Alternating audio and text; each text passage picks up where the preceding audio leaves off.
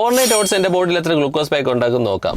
Overnight ഓട്സിന്റെ glucose spike check ചെയ്യണമെന്ന് പറഞ്ഞ് കണ്ടമാന മെസ്സേജസും കമന്റ്സും ആണ് എനിക്ക് കിട്ടിയിട്ടുള്ളത്. ഓവർനൈറ്റ് ഓട്സ് ഒരു ഹെൽത്തി ബ്രേക്ക്ഫാസ്റ്റ് ഓപ്ഷൻ ആണ്. ഓവർനൈറ്റ് ഓട്സ് പല രീതിയിൽ ഉണ്ടാക്കുന്നുണ്ട് ആൾക്കാർ. ഞാൻ ഈ ഓവർനൈറ്റ് ഓട്സ് ഉണ്ടാക്കിയത് റോൾഡ് ഓട്സ് ഉപയോഗിച്ചിട്ടാണ്. 3 ടേബിൾ സ്പൂൺ റോൾഡ് ഓട്സ് ഉപയോഗിച്ചു, 1 tablespoon chia seed, 1 teaspoon flax seed, അതിന്റെ കൂടെ 2 സ്ട്രോബെറി, 10 ബ്ലൂബെറിയും, പിന്നെ 1 ടേബിൾ സ്പൂൺ ഗ്രീക്ക് യോഗട്ടും, 100 ml ആൽമണ്ട് മിൽക്കും.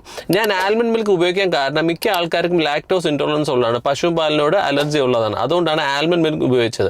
അങ്ങനെ ലാക്ടോസ് ഇൻടോളറൻസ് ഉള്ള ആൾക്കാർക്ക് കൂടി ഉണ്ടാക്കാൻ പറ്റുന്ന ഒരു ഓപ്ഷനാണ് ഞാൻ ട്രൈ ചെയ്തത്. മിക്ക ആൾക്കാരും ഓവർനൈറ്റ് ഓട്സിന്റെ കൂടെ ആപ്പിളും പഴവും എല്ലാം ആഡ് ചെയ്യാറുണ്ട്. പക്ഷേ ആപ്പിളും പഴവും ഞാൻ ആഡ് ചെയ്യാത്ത കാര്യം ഗ്ലൂക്കോസ് സ്പൈക്കിൽ കോൺട്രിബ്യൂട്ട് ചെയ്യും. ഇതെല്ലാം നല്ല രീതിയിൽ മിക്സ് ചെയ്തതിന് ശേഷം ഓവർനൈറ്റ് ഫ്രിഡ്ജിൽ വെക്കുന്നു. അത് കഴിഞ്ഞിട്ട് നെക്സ്റ്റ് ഡേ ബ്രേക്ക്ഫാസ്റ്റ് ആയിട്ട് കഴിക്കുന്നു.